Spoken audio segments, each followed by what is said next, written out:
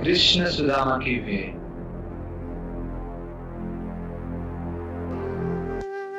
सुदामा भगवान श्री कृष्ण के बहुत ही नेक ब्राह्मण मित्र थे। शुद्ध ब्राह्मण होने के कारण वो दिव्य ज्ञान के उच्च स्तर पे थे। इसीलिए उन्हें किसी भी भौतिक चीजों की आवश्यकता नहीं थी। उनकी पत्नी भी कभी अपने बारे में नहीं सोचती थी, लेकिन अपने पति के लिए हमेशा चिंतित रहती थी। मेरे प्रिय स्वामी, मैं जानती हूँ कि आप भगवान श्री कृष्ण के व्यक्तिगत मित्र हैं और उनके भक्त भी हैं। भगवान तो अपने भक्तों की सहायता करने के लिए सदैव तत्पर रहते हैं। यदि आप सोचते हो कि आप उनके भक्त नहीं हो, तो भी उनके शरणागत तो हो ही। और भगवान तो शरणागत जीव के संरक्षक हैं और ब्राह्मणों के प्रति तो वे अत्यंत उदार हैं। इसीलिए मैं चाहती थी कि आप उनके पास द्वारका जाइए। वह हमारी इस गरीब अवस्था को अवश्य पहचान लेंगे। मुझे पूरा विश्वास है कि वे आपको कुछ भी भौतिक लाभ देने से बिल्कुल हिचकिचाएंगे नहीं। मुझे उनसे कोई भी भौतिक लाभ नहीं चाहिए। पर उन्हें सब कुछ ज्ञात है। वह जानते हैं कि आप भक्ति की किस सीमा पर हो। किंतु कृष्ण केवल शुद्ध भक्ति में ही दिलचस्पी रखते हैं। उन्होंने हमें जो भी दिया है उसमें मैं पूरी तरह संतुष्ट हूँ। वैसे भी क्या हम शांति से नहीं जी रहे? रहने के लिए घर नहीं है, खाने के लिए भोजन नहीं है, पर पर्याप्त मात्रा में नहीं। आप अपने आप को ही देखिए, कितने दुर्बल लग रहे हैं। कई बार तो इस दुर्बलता के कारण आप ठीक से खड़े भी नहीं रह सकते। मैं सिर्फ शरीर नहीं हूँ। किंतु भगवान की भी यही इच्छा होगी, जीवन की आवश्यक चीजें तो मिले। कृपया आप द्वारका जाइए। आपको इस अवस्था में नहीं देख सकती। मैं आपसे भीख मांगती हूँ, कृपया आप द्वारका जाइए। नहीं देख सकती ये सब नहीं देख सकती। ठीक है, मैं जाऊंगा। भगवान श्री कृष्ण के साक्षात दर्शन तो कर लूंगा। हाँ, यही सही है। आपके लिए बहुत अच्छा होगा। किंतु मैं उनके पास कुछ भी नहीं मांगूंगा, बल्कि मैं ही उनके लिए कुछ ले जाऊंगा। लोग कहते हैं किसी मित्र के घर जाओ तो खाली हाथ नहीं जाते।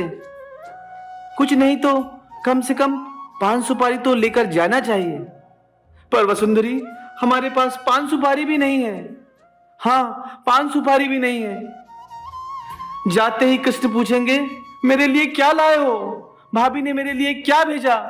इन सब का मैं क्या उत्तर दूंगा वसुंधरी? क्या उत्तर दूंगा? अब क्या करें? हमारे पास तो कुछ भी नहीं है। हाँ, हम क्या करें? हमारे पास कुछ भी नहीं है। अब क्या करें वसुंधरी? क्या करें? रुकिए, मैं अभी आई। वसुंधरी, वसु,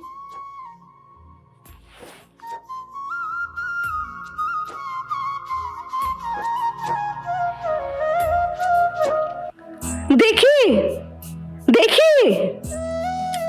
वसुंधरी, 4 मुट्ठी पोहा मिला है।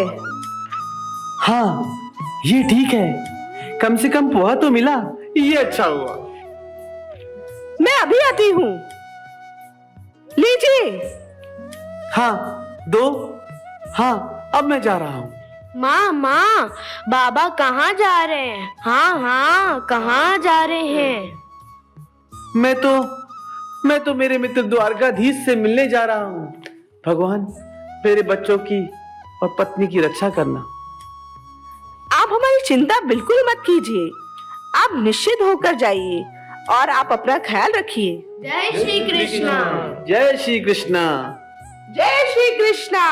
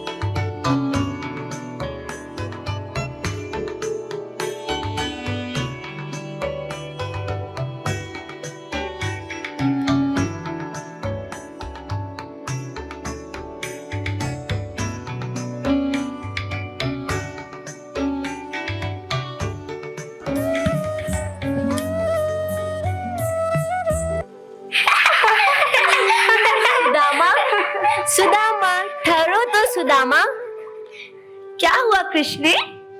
सुदामा, आज मैं तुमसे एक बात कहने वाला हूँ। कौन सी? सुदामा, आज से तुम मेरे सबसे अच्छे मित्र हो।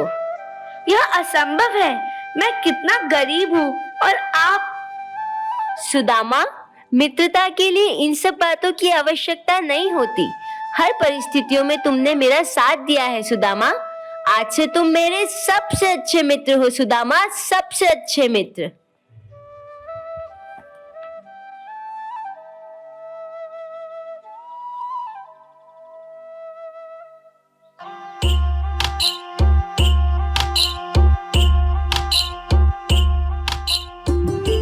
हाँ, यही द्वारका नगरी है। वाह, कितनी सुंदर है।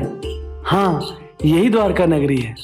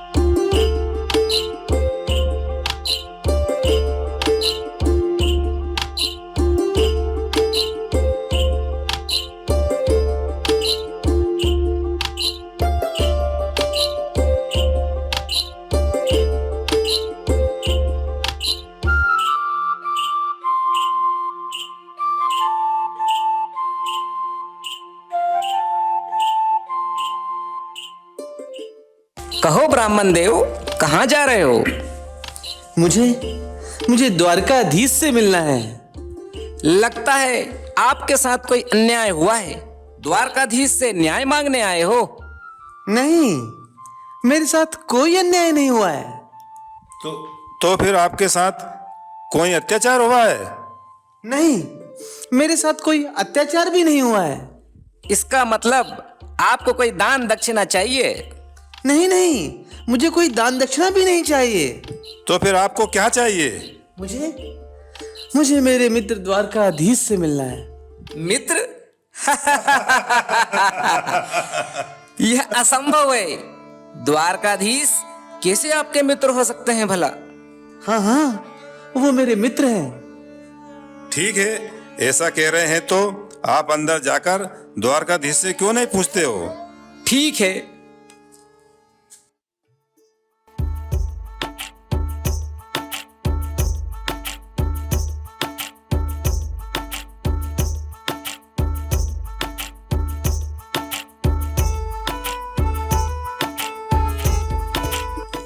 द्वारकाधीश की जय हो।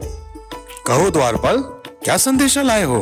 राजमहल के द्वार पर एक ब्राह्मण देव आए हैं और आपसे मिलने की अनुमति मांग रहे हैं। अनुमति? द्वारपाल, ब्राह्मणों को मुझसे मिलने के लिए भला अनुमति की क्या आवश्यकता है? द्वारका नगरी का राजप्रसाद ब्राह्मणों और संतों के लिए सदैव खुला है। किंतु यहाँ ब्राह्मण अजीब सा है। न इसके पैरों में खड़ाऊ है, न सर पे पगड़ी है और उसकी धोती पूरी फटी हुई है। द्वारपाल, क्या ब्राह्मण होने के लिए इन सब बातों की आवश्यकता है? नहीं, किंतु वहां पागल लग रहा है। क्यों? ऐसी क्या बात है? वह कह रहा है वह आपका मित्र है। पागल नहीं तो और क्या। मित्र? क्या नाम बताया उसने? उसका नाम है सुदामा। हाँ, सुदामा। सुदामा? क्या तुमने सुदामा कहा? सुदामा आया है? मेरा बाल सका सुदामा मुझसे मिलने आया है। द्वारपाल, तुम यहाँ क्यों खड़े हो? जाओ, उन्हें तुरंत लेके आओ। जी स्वामी। सुदामा आया है। रुक्मणी, सुना तुमने? मेरा बाल सका सुदामा आया है मुझसे मिलने। जाओ, तुरंत जाकर स्वागत की तैयारी करो। सुदामा आया है।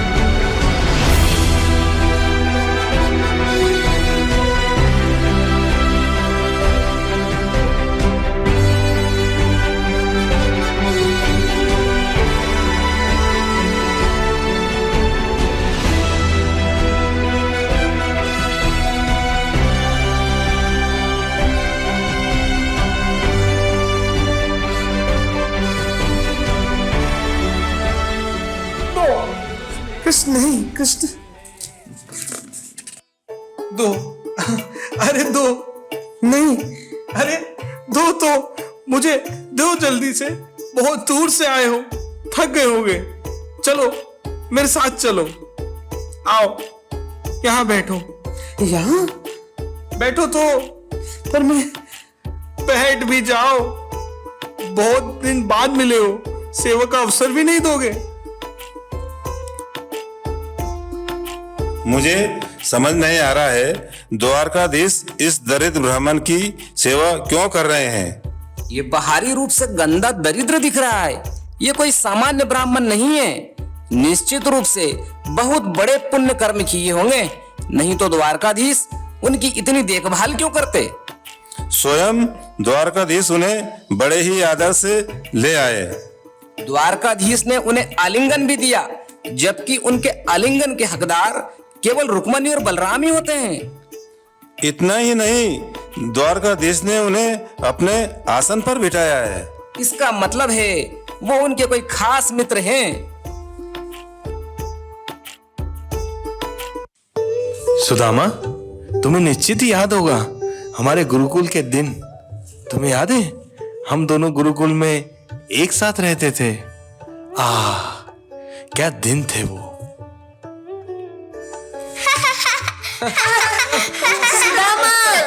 सुदामा मुझे पकड़ो। अरे सुदामा मुझे पकड़ो।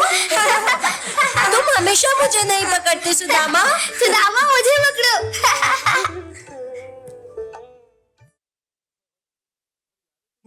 एक दिन गुरु पत्नी के आदेश पर हम जंगल में लकड़ियां लेने निकल पड़े। सूखी लकड़ियां पकड़ते पकड़ते हम जंगल में आगे चले गए और एक रास्ता भूल गए। सुदामा, सुदामा, कहाँ हो तुम सुदामा? सुदामा, लगता है हम रास्ता भटक गए हैं। कृष्णा, कृष्णा, तुम कहाँ हो? मैं यहाँ हूँ। कृष्णा, कृष्णा। सुदामा, सुदामा, कहाँ हो तुम सुदामा? कृष्णा, कृष्णा, कहाँ थे तुम कृष्णा? मैं तो तुम्हें ढूंढ रहा था, तुम कहाँ थे? सुदामा, लगता है हम रास्ता भटक गए हैं। अच्छा, अब क्या करें? चलो वहां देखते हैं। हाँ कृष्ण, मुझे याद है, सूखी लकड़ियां जमा करते करते हम घने जंगल में चले गए। बहुत ही अंधेरा हो गया था। अचानक से तूफान भी आ गया। आकाश में काले बादल छा गए। सुदामा, लगता है जोरों की वर्षा होने वाली है। तेज हवा भी चल रही है। बिजली चमकने लगी और जोरों की वर्षा होने लगी। जहां देखो पानी ही पानी। पता ही नहीं चल रहा था आश्रम का रास्ता किस दिशा में है। वो भारी वर्षा याद है तुम्हें? हाँ कृष्ण, याद है। वो वर्षा नहीं थी, एक प्रकार का विनाश काल था। रेत का तूफान। भारी वर्षा से हमें बहुत ही तकलीफ होने लगी। समझ में नहीं आ रहा था किस दिशा। फिर हम दोनों एक दूसरे का हाथ पकड़कर बाहर जाने का रास्ता ढूंढते रहे। ऐसी विकट परिस्थिति में हमने पूरी रात एक पेड़ पर बिताई। कृष्णा, पानी बढ़ रहा है। हाँ, अब क्या करें? चलो उस पेड़ पर चढ़ते हैं। हाँ, चलो चलो। सुदामा, संभल कर, लकड़ियां नीचे मत गिराना। सुदामा, क्या कर रहे हो? मुझे भूख लग रही थी कृष्णा, चने खा रहा हूँ। पहले ऊपर तो आओ, पानी बढ़ रहा है। हाँ, आया। लकड़ियों को संभालो। गुरु माता ने हमें सूखी लकड़ियां लाने के लिए कहा था। और सुदामा, तुम अकेले ही चने खा रहे थे ना? कृष्णा, चने ही तो थे, मुझे भूख लग रही थी ना। तुम मुझे भूल गए सुदामा। लेकिन मैं तुम्हें कभी नहीं भूलूंगा, कभी नहीं भूलूंगा। प्रातः काल में जब हमारे गुरुदेव को हमारी अनुपस्थिति का पता चला तो उन्होंने शिष्यों को हमें ढूंढने के लिए भेजा। वे स्वयं उनके साथ निकले। जब वो जंगल में आए तब उन्होंने हमें उस अवस्था में देखा। और बड़े ही सहानुभूति से उन्होंने कहा,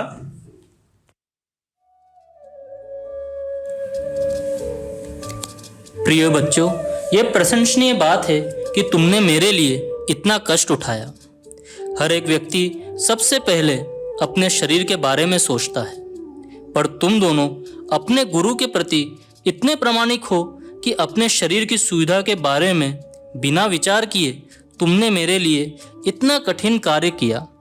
इसीलिए मैं अत्यंत प्रसन्न हूँ। प्रामाणिक शिष्य के लिए अपने गुरु के ऋण से मुक्त होने की यही एक विधि है। शिष्य का यह कर्तव्य है कि वो अपने गुरु को अपना संपूर्ण जीवन प्रदान करे। मैं तुम्हें आशीर्वाद देता हूँ कि तुम्हारी सारी इच्छाएं और आकांक्षाएं पूरी हों। वेदों का जो ज्ञान तुमने मुझसे प्राप्त किया है वह सदैव स्मरण रहे और वेदों के उपदेशों को तुम बिना किसी कठिनाई के उद्घट कर सको। इससे इस जीवन में या अगले जीवन में तुम्हें कभी कोई निराशा नहीं होगी। आयुष्मान भव। सुदामा, तुम्हें स्मरण ही होगा, गुरुदेव के आश्रम में रहते समय इस प्रकार की अनेक घटनाएं घटी। इससे हम समझ सकते हैं गुरु के आशीर्वाद के बिना कोई भी व्यक्ति संतुष्ट नहीं हो सकता। केवल गुरु के आशीर्वाद से ही व्यक्ति सुख, शांति और समृद्धि को प्राप्त कर सकता है और मनुष्य जीवन के उद्देश्य को सफल बना सकता है। प्रिय कृष्ण, आप प्रत्येक जीवात्मा के परम भगवान हो, परम गुरु हो। गुरुकुल में मुझे आपके साथ रहने का अवसर प्राप्त हुआ। इसीलिए मुझे लगता है कि वेद विहित कर्तव्यों से मुझे कुछ भी लेना देना नहीं है। वैदिक कर्म, ऋचा और मानवीय जीवन की पूर्णता के लिए आवश्यक चीजें धर्म, अर्थ, काम, मोक्ष, इन सब का एक ही स्रोत है और वो स्रोत आप ही हो कृष्ण, आप ही हो। इसके बावजूद भी आपने एक विद्यार्थी की भूमिका ली, गुरुकुल में हमारे साथ रहे। इसका अर्थ है आपने सभी लीलाएं अपने आनंद के लिए रचाई, अन्यथा आपको मानव की भूमिका लेने की क्या आवश्यकता थी। अच्छा सुदामा, छोड़ो ये सब बातें। ये तो बताओ तुम मेरे लिए क्या लाए हो? तुम्हारे लिए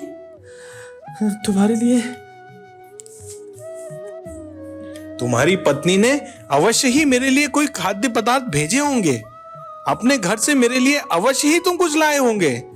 ऐसे तो मुझे किसी भी वस्तु की आवश्यकता नहीं है, परंतु यदि मेरा भक्त प्रेम भाव से मुझे कुछ अर्पित करता है, चाहे वो कितनी भी उपेक्ष हो, मैं उसे आनंद से स्वीकार करता हूं। इसके विपरीत यदि कोई अभक्त चाहे अत्यंत मूल्यवान वस्तु मुझे अर्पित करे, मैं उसे स्वीकार नहीं करता। यदि मेरा शुद्ध भक्त एक फल, फूल, छोटी पत्ती या थोड़ा सा जल जैसी नगण्य वस्तु भी मुझे अर्पित करता है, तो मैं सिर्फ उसको स्वीकार ही नहीं करता, परंतु आनंद पूर्वक उसका सेवन भी करता हूं।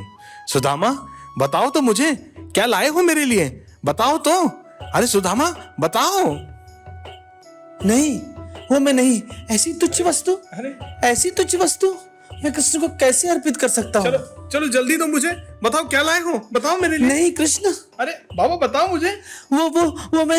अरे बताओ तो सही। अरे मुझे बताओ तो सही, क्या लाए हो? मैं कृष्ण। लाओ बताओ मुझे। नहीं। आहा, इतना बढ़िया पोहा लाए हो और मुझसे छुपा रहे थे। आहा, क्या बढ़िया पोहा है। इतना पोहा केवल मुझे ही नहीं, संपूर्ण सृष्टि को संतुष्ट करेगा मेरे मित्र।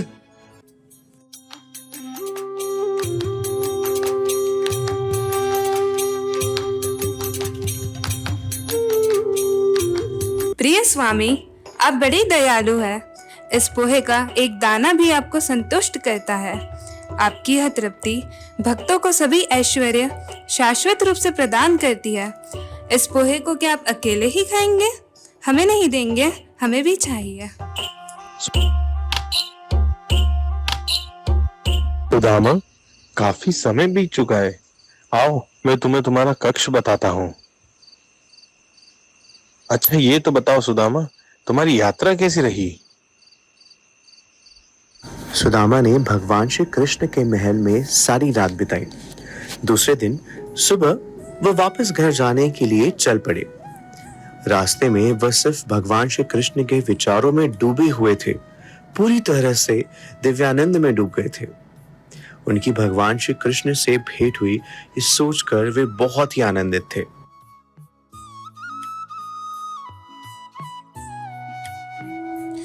भगवान श्री कृष्ण को देखना ये कितनी सुंदर बात है। ये तो आंखों से अमृत पीने जैसा है। वे ब्राह्मणों के लिए बहुत ही समर्पित हैं। वे परम ब्रह्म हैं। फिर भी मेरे जैसे दरिद्र ब्राह्मण को अपनी छाती से लगाकर आलिंगन दिया। मुझे थका हुआ देखकर रुक्मणी देवी ने मेरी सेवा की।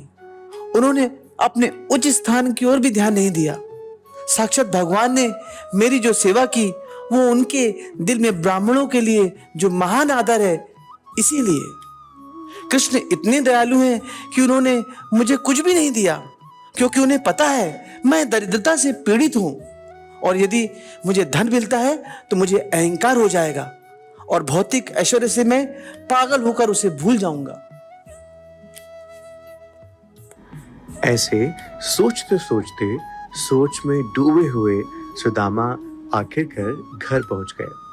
वहां जाकर देखा तो सब कुछ बदल गया था। उनकी कुटिया की जगह एक सुंदर महल था। आहा, मुझे तो विश्वास ही नहीं हो रहा है, ये हमारी नगरी है।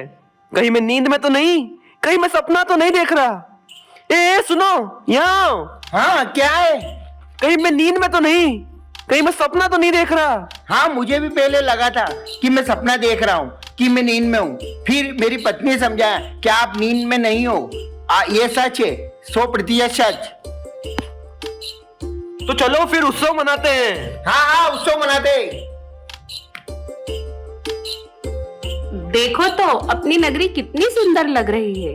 ऐसा लग रहा है हम किसी दूसरी नगरी में आ गए हैं। हाँ हाँ, कितनी सुंदर लग रही है।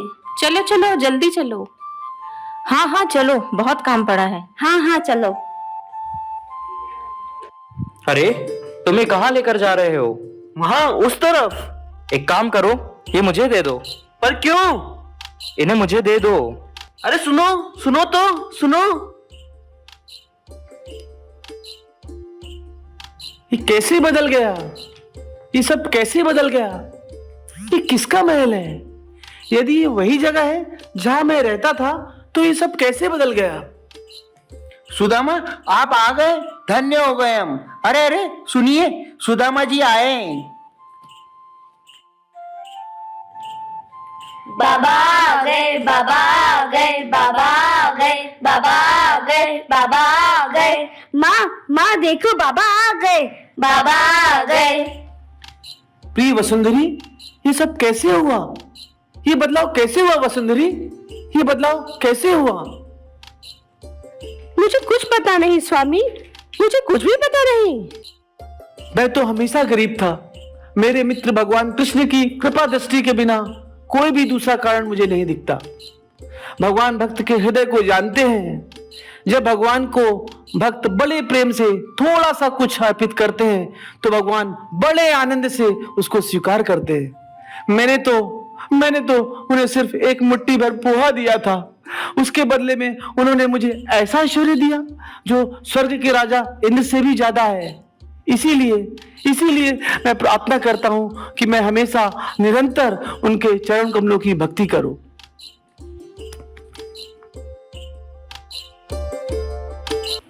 यदि मेरा भक्त प्रेम भाव से मुझे कुछ अर्पित करता है, चाहे वो वस्तु कितनी भी उपेक्ष क्यों ना हो, मैं उसे आनंद से स्वीकार करता हूँ।